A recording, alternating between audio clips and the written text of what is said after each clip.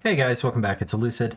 I got a single turn for you here in Mountain Arena, and I decided to do one turn for this because we're going to have a pretty big battle here with TNN starting his war against Lanka, and then also with Yomi and Ubar. So let's start with Yomi and Ubar, and because there's really two conflicts and I don't want to give things away, we'll start from just doing battles like this. So Djinn coming in here.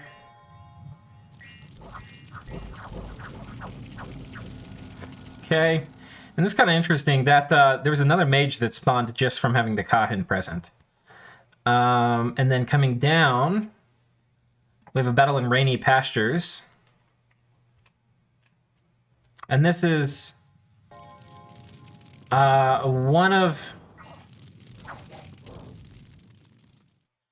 This is a Djinn Sahir with a Mace of Eruption, which is not going to be very effective against Djinn.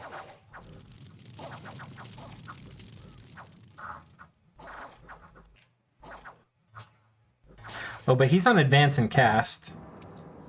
He did Scorching Winds, which I believe is a fatigue hit. I don't know if that worked. I don't see any evidence that it did. Djinn resisted, okay. And he runs, so he's lucky to get away with that dude.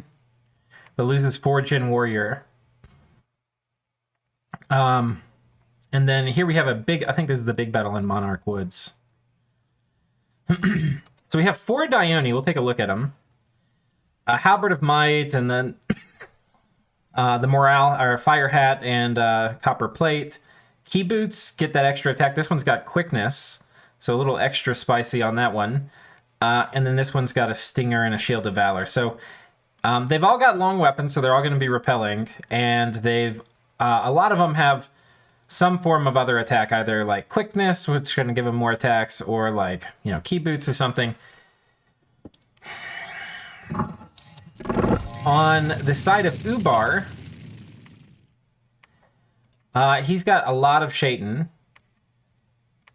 And you might be like, okay, why doesn't he use Shaitan to corrupt? Djinn will murder these Shaitan in corruption battles. There's a small chance.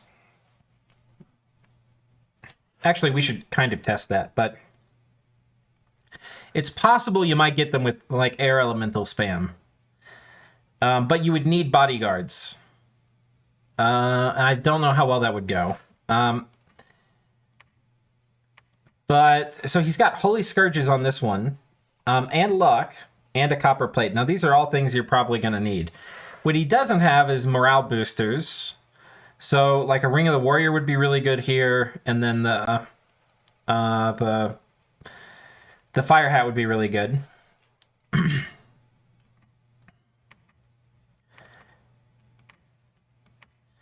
And he's got this guy, Holy Scourge, and a Rhyme Hallberg.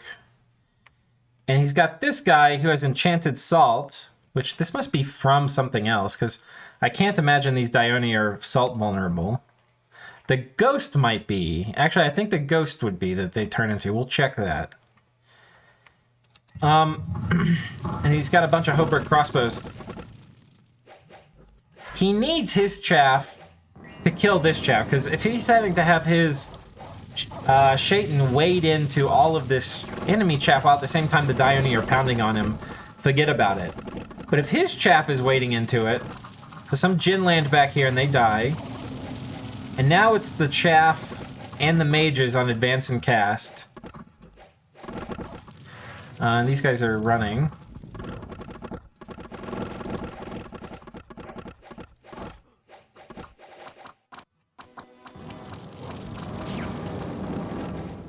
Scorching Wind, they're casting that. I don't think that's very good. I forget exactly what it is. I think it's an MR negates fatigue play. But they seem to be casting that off script a good bit. Bonds of Fire actually holding this guy in place, though he'll break out almost certainly next turn. They're cut. Okay, some smokeless flames come out. This guy's 4. I think it's fire 3 to cast. Scorching Wind. That would certainly be a little discomforting, I think. I'm pretty sure you want your guys spamming Smokeless Flame, which they're casting a decent amount, but there's also a decent amount of, like, Bonds of Fire. And the Bonds of Fire are tying these guys up. Like, these guys are shackled by Bonds of Fire, so it's not horrible. But I'm pretty sure you want to kill them with Smokeless Flame. Part of the issue could be is that, and we can kind of look after the battle, but the spellcasting AI in general is going to favor spells that are lower fatigue cost when the units get more fatigued out. And this guy being Fire 4 really likes casting Smokeless Flames, whereas the other guys who are only Fire 3 don't.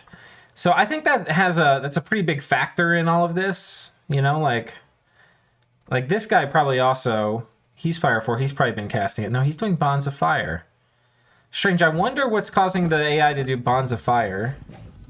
There's some RNG just implicitly built in, which I think is a good thing. Steel Breath. Okay, this guy switched. Okay, he does have Salt vulnerability, so that Enchanted Salt actually can be nice for running him down. But I don't think you need it. I think with the Holy Scourge, you'll just kill him anyway.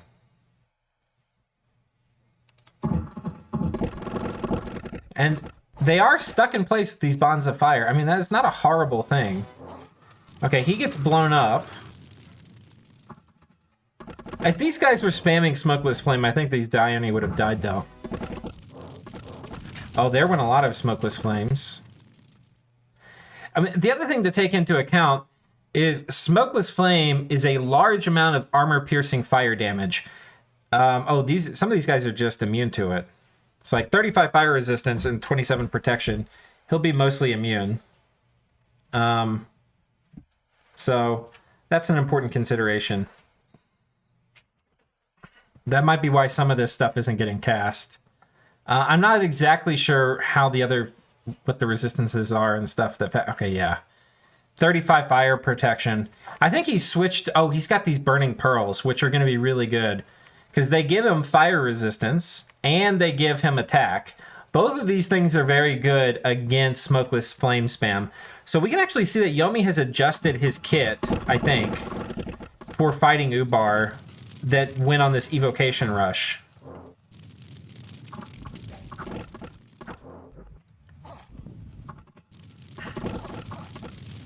Yeah, Smokeless Flames aren't actually doing anything. They have too much fire resistance.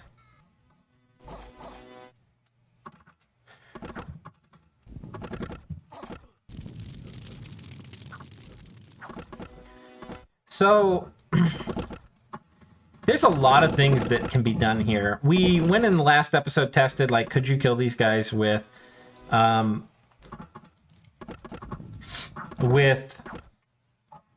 Holy Scourges. And an important thing in all of that is I didn't really show you all the testing. I just told you there were like 10 times I failed. Like, guys, it is hard to kill the Dione with the Holy Scourges. It is nothing like you just put a Holy Scourge on this guy and he's going to be fine. No. He's most likely going to die doing that. So, very finicky about the exact kit you give them. And there's counterplay that Yomi can do and like switch their kit up. Ooh, these Shaitan are dying like flies. But aside from the Holy Scourges, big air elementals are still okay. Like 6 or 7 or 8 big air elementals are going to do a lot of things at once. They're going to provide cover for your Shaitan that are flying in to attack. So what I would probably do with this is I would probably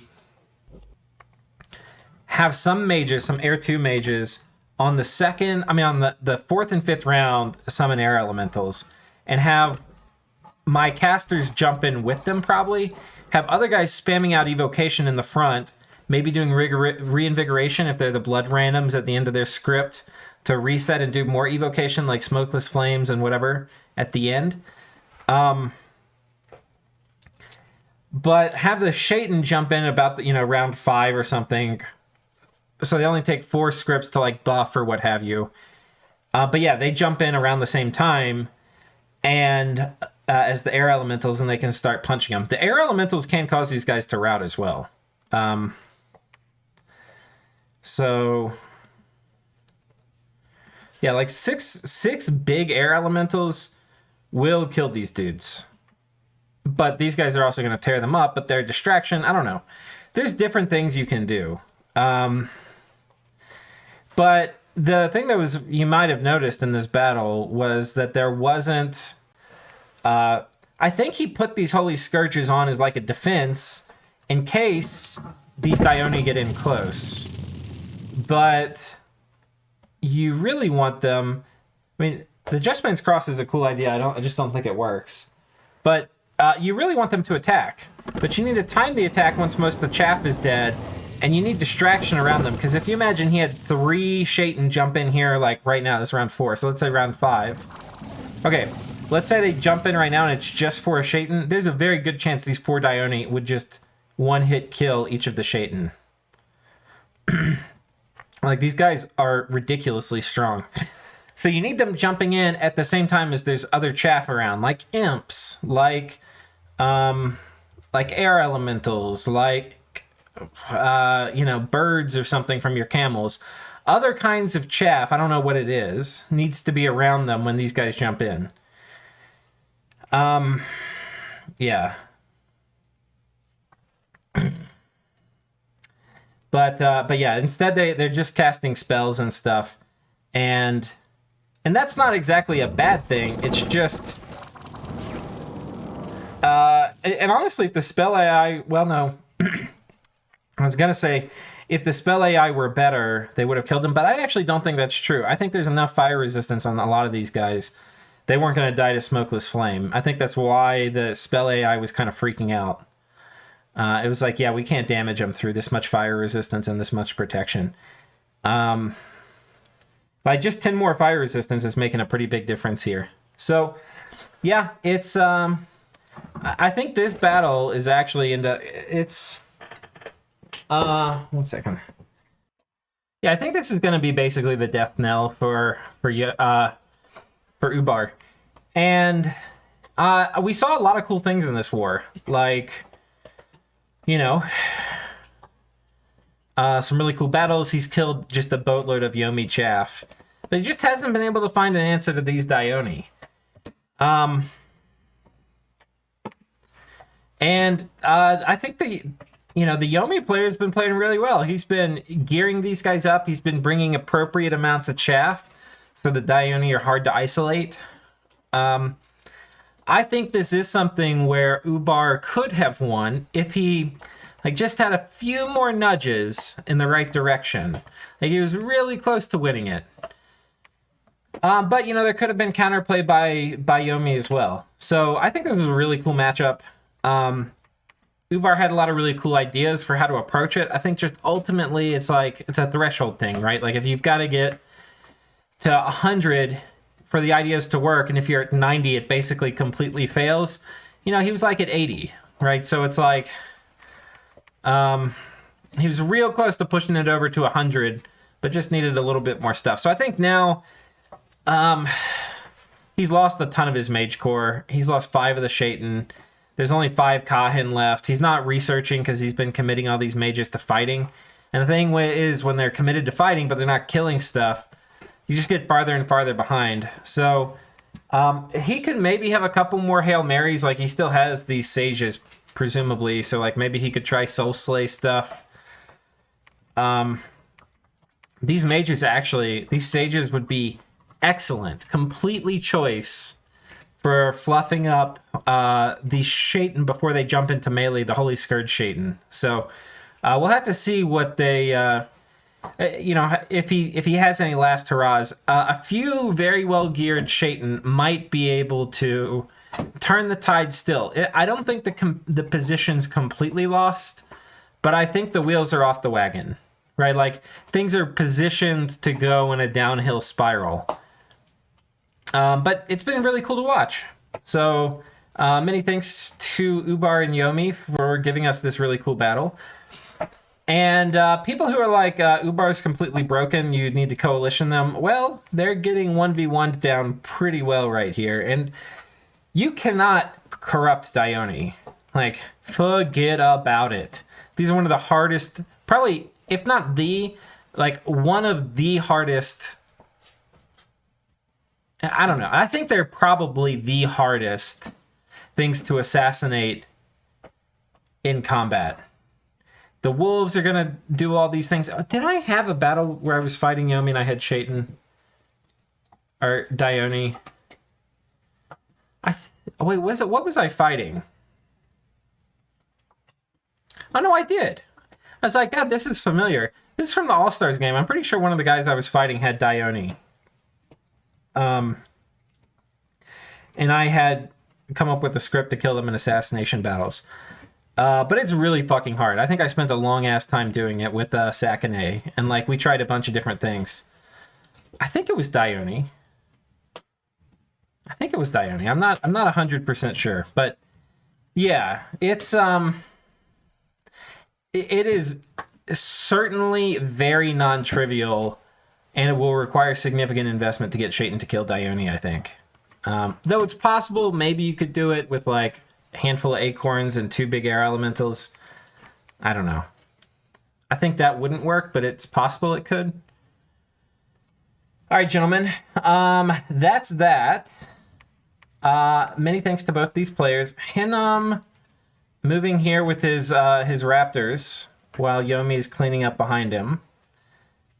Niflheim, predictably, is continuing his cruise around the continent.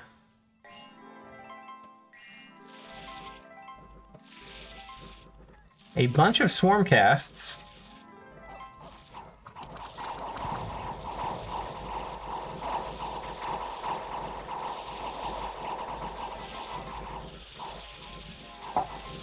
And the Nifl Giants go burr.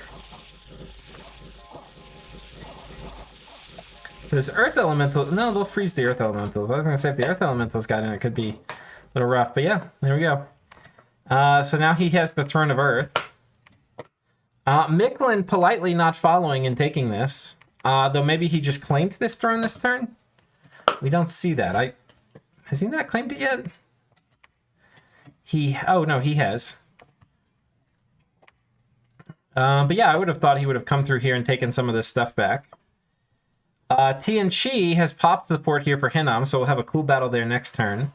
And they've taken this underwater system from Hinnom, losing a turtle chief and one of the demons of the Heavenly Rivers. This is a kind of cool battle. Let's watch.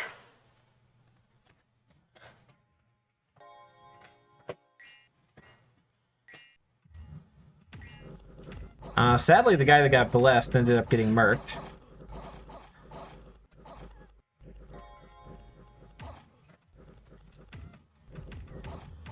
Oh my god, and then this berserk dude, he was running, and then he got poked on the way back.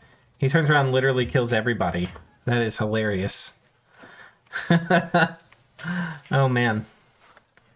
And TNG, yeah, so sitting on the cap. Don't think there's too much to cover. Hopefully he goes after Bogus here soon. A maze and a dragon cliff. Ooh, he's got a conjuration bonus. As Yomi, this is amazing. I don't know if I've ever seen this site before. But yeah, Yomi's kind of thing. So early age Yomi, their thing is basically taking gems of many different types and turning them into, you guessed it, their sacred demon dudes. Though they're not really demons. And this is going to give them 20+% efficiency. And the reason I say plus is because rounding may end up giving you more. So this is going to be really huge. TNG powering up. If they get the capital this turn and they get all this Hinnom stuff, they're going to be well positioned to intervene in this war and potentially stab Yomi in the back and potentially stab Ubar or take some of Ubar's stuff. I will point out as well, it is going to be exceptionally fucking hard to tank, like with Dione, the Warriors of the Five Elements plus basically TNG in general, right? Like the Demons of the Heavenly Rivers are going to be really hard to tank, but TNG also has like a Mage Core that can kill super combatants pretty easily. So, I mean, there's a very good chance that if TNG took this army and just marched it at Yomi's capital, that he could take it. And that may be the optimal play. That may be the optimal play. Because Yomi's really struggling right now. I would feel really bad if TNG did that. Just because I feel like everybody and their brothers attacked Yomi for no good reason. Or not for no good reason, but for not a great reason. Like, he's had the Niflheim Trail of Tears, or the Sniffleheim Trail of Tears. And then Hinnom's, you know, satisfied his rage boner by going into Yomi. Yeah. But I think TNG is very well set up to fight Dione. It will get maybe a little harder later once Yomi gets stuff like Darkness and stuff like Soul Vortex, which are going to make their thugs even harder to kill. But I think right now it's pretty manageable. I forget if they can cast Moss Body. No. These guys can't either. Yeah. Okay. Okay, pretty interesting column. Coming over to Lanka. It looks like Lanka has been elfed. 4 She-Lords.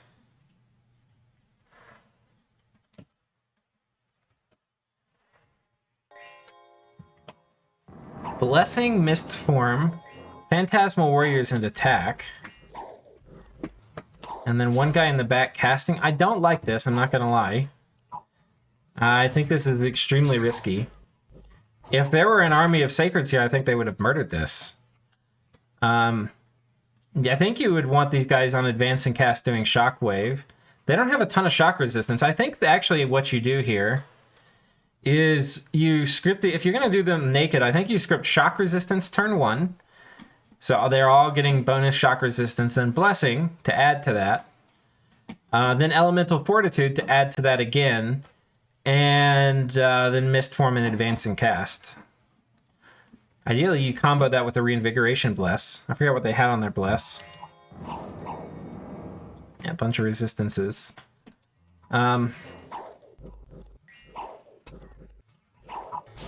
Okay.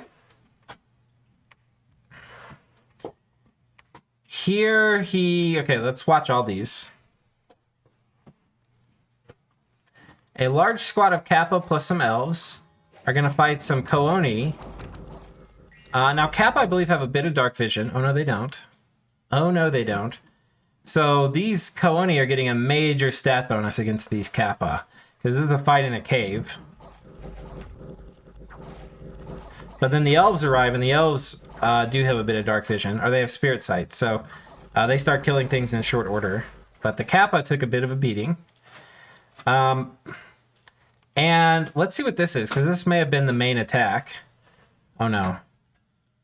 Oh, this was his hero, though. The Good Man.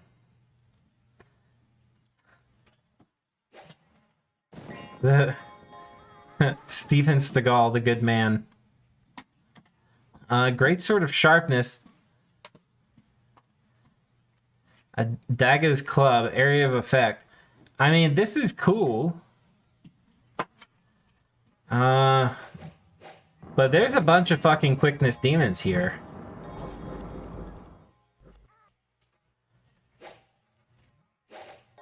I almost want to get like slow motion cam when these demons get in. Alright, here they come, boys. Alright, we're in slow motion now.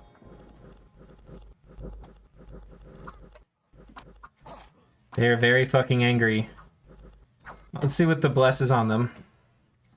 They've got Chaos Power, they've got bonus attack strength from Chaos Power, they've got quickness and magic weapons. Ooh, a bunch of imps landing to cause distraction, even more imps.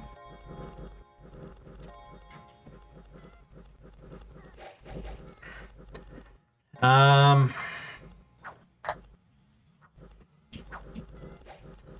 Agartha may have screwed the pooch here too, because TNN attacked Lanka, but Agartha, I think mainly because he lost his big army, has not attacked yet.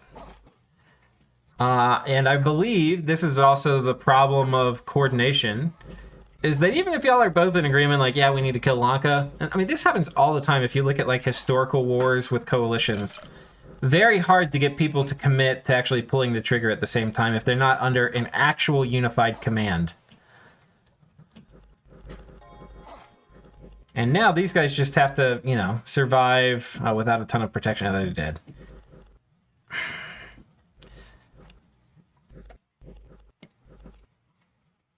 This was slow motion, guys. Here's what it looks like in what I normally watch the battles in is fast forward. And sometimes I do turbo and next. But this is just fast forward here.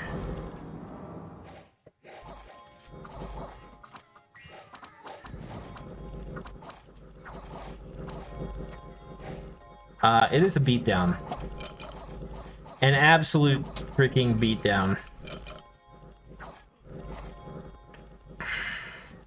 I think if TNN had brought all their mages, which was kind of their thing, they've done some. I mean, TNN's been in general very respectful of their opponents, doing big mage commitments, and they had spammed out Shockwave and stuff, which could have stunned the demons, and then they're basically just big bags of HP that can't move. You know, like that could have worked, maybe. Lanka has interesting decisions to make. Does he take this force and try to catch more elves? Or does he take it and just try to, like, go after some infrastructure? I think it... Oh, man. Elves went up here as well. Oh, they killed a Lanka hero. This is a pretty special hero, too. I believe this guy's Holy 3, which is special. He's got very high death paths, which is also special. Can't wear a skull staff, though. But very cool unit.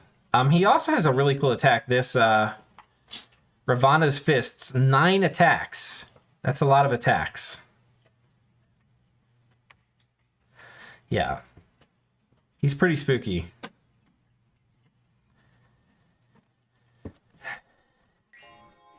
So some lesser air elementals come out and are just trampling this guy because he's only size 3, but these are size... Oh, no, they're big air elementals. One lesser one. Okay. So yeah, they're just going to trample him to death. And Lanka does not have... he has a little... Oh no, he's got copper plate. I was going to say, he doesn't have a shock resistance bless. Yeah, okay. Yeah, as soon as Mistform went down, Trample did its work. So that is a dead Demon King. So they've taken from Lanka the Throne of Life. So this is going to be really interesting. Lanka's got some... On one hand, Lanka's killed the main force. Right? 20 Tuatha warriors. Like, his infrastructure is not really under threat. There's not a... He's killed most of the elven troops. But there's still a ton of little raiding squads to go around. So he has to decide how much he's going to commit from this main army to catching the raiders and retaking land versus... I believe there's probably almost nothing between him and taking one of these forts. So he's got a decision to make. The other problem is if he marches off, he's probably going to have elves come in behind him, and he's not going to be able to trace income. I think on one hand, part of me, if I were playing Lanka, would want to really come in and push forward to this. But I think looking at what he has, I think he mostly has Chaff, and I don't think Chaff alone is going to be the answer to this much deep raiding. And thugs are going to be pretty hard to deal with these guys too, especially the kind of thugs Lanka has. I think he's going to have to split this army up and retake. And that potentially gives TN, like if that's the move that Lanka makes, it potentially gives TNN the ability to defeat this army in detail, right? To like combine forces in one of these provinces that you think it's very likely Lanka goes to. Maybe do a bit of PD, you know, script your mages to cast spells and stuff. And, you know, maybe you can start grinding this army down. Of course, the other really important variable in all of this is what is Agartha doing? And that is what we're going to come check out next. So Agartha has put a big pile of stuff here. He's got a Cave of Ghouls. More Magma Kids coming out. Van Jarl pings this. But yeah, otherwise nothing. I don't think we have any messages from Lanka saying that Agartha's attacked him yet.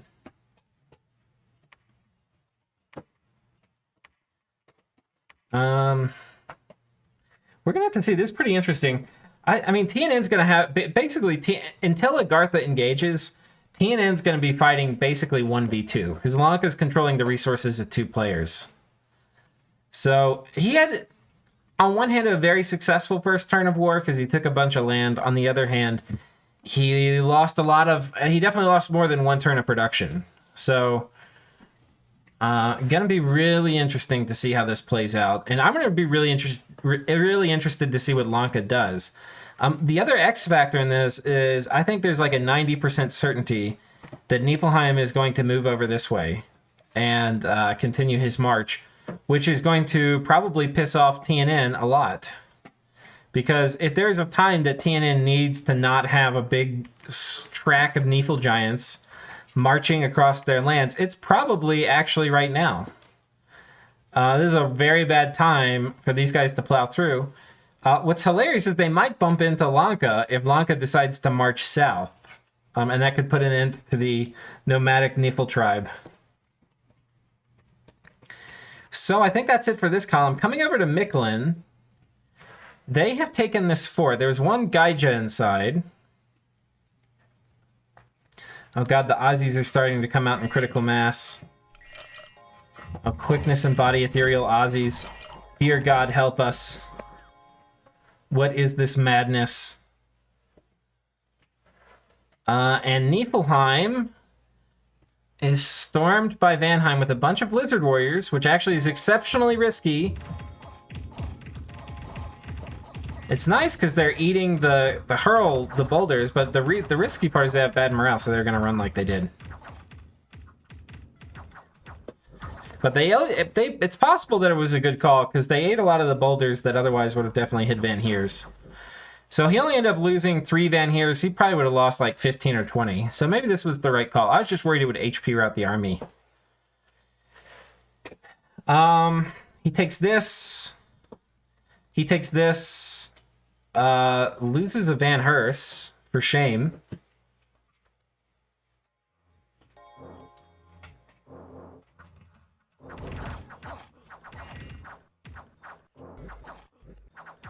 Somehow manages to split up his own forces. Not really sure what he did there, but I think he took maybe as many losses as he possibly could.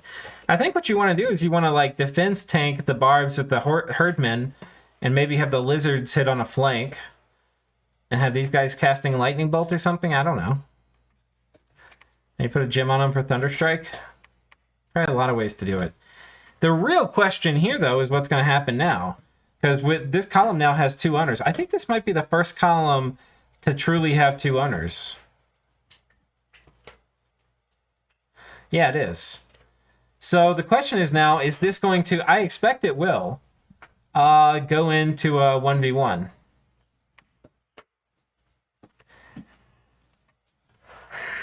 I think this army would murder Vanheim.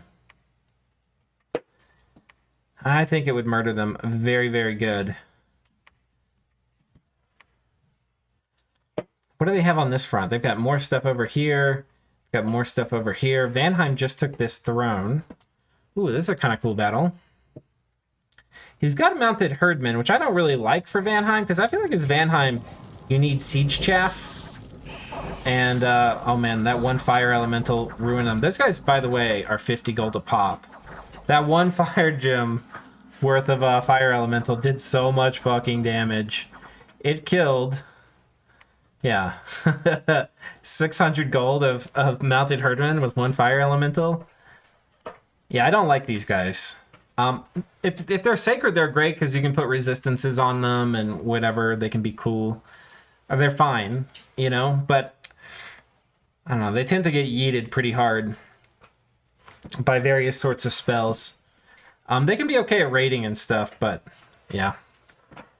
I think the other thing is Vanheim, you need siege chaff, which these lizard warriors actually are excellent siege chaff. I like them for that, but because they're kind of killy as well.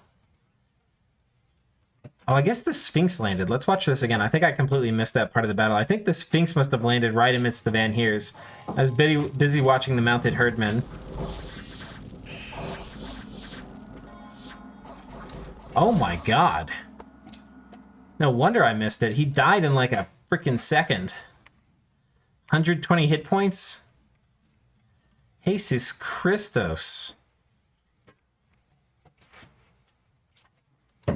Well, rest in peace, Sphinx. I'll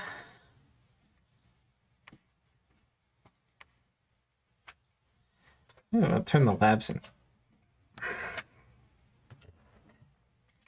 Oh, an Ice Druid. That's pretty fucking good. Ballin has the actual best luck. So ashamed of him that he's not doing better. I mean, he's doing fine.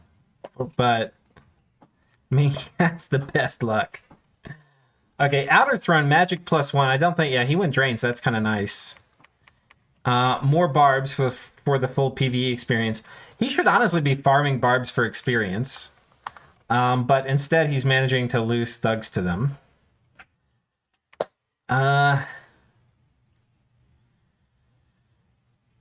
Yeah, I don't know. Okay, here's what I know. I know if Vanheim waits much longer, he's going to lose against Micklin. If he attacks now, he has a bit of a chance. I think the thing is... I don't know. I think this next war is going to have a lot to do with like them reaching some kind of research threshold they need and taking advantage of it and like moving out.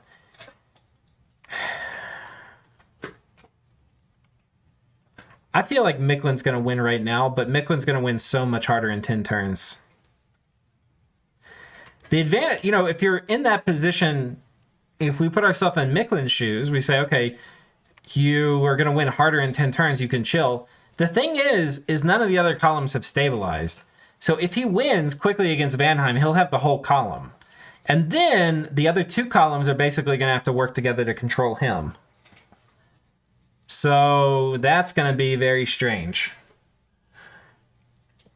Anyhow, that I think is it.